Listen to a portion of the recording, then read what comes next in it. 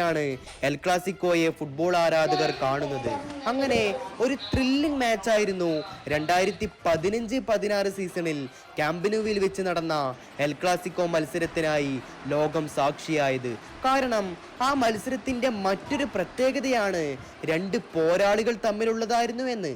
അതെ, സാക്ഷാൽ Cristiano Ronaldo versus Lionel Messi.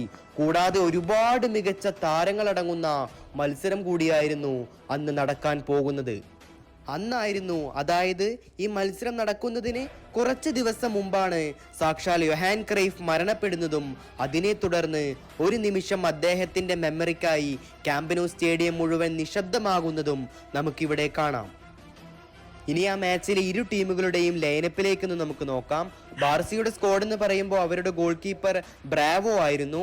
Dani Alves, പിക്കെ, Mascherano, ജോഡി ആൽബി അടങ്ങിയ defence, Rakitic, Sergio Busquets and അവരുടെ ക്യാപ്റ്റൻ ഇനീസ്റ്റി അടങ്ങിയ ഒരു മിഡ്ഫീൽഡ്, മെസ്സി, സുവാരിസ്, നെയ്മർ അടങ്ങിയ ഫോർവേഡ്സ്. ഒരു മികച്ച മുന്നേറ്റ നിരയായിരുന്നു MSN എന്നാണ് ഫുട്ബോൾ ലോകം അന്ന് അവരെ വിളിച്ചിരുന്നത്. മറുഭാഗത്ത് റയലിന്റെ സ്ക്വാഡ് ആണെങ്കിൽ Keylor Navas, Carvajal, Pepe, Ramos, Marcelo, Kroos, Casemiro, Modric and Bale, Benzema, Ronaldo അടങ്ങുന്ന ഒരു സ്ക്വാഡ്.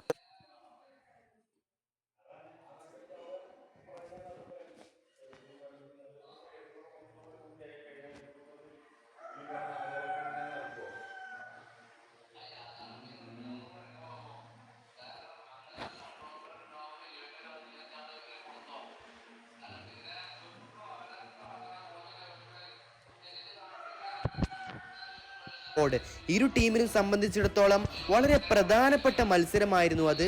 കാരണം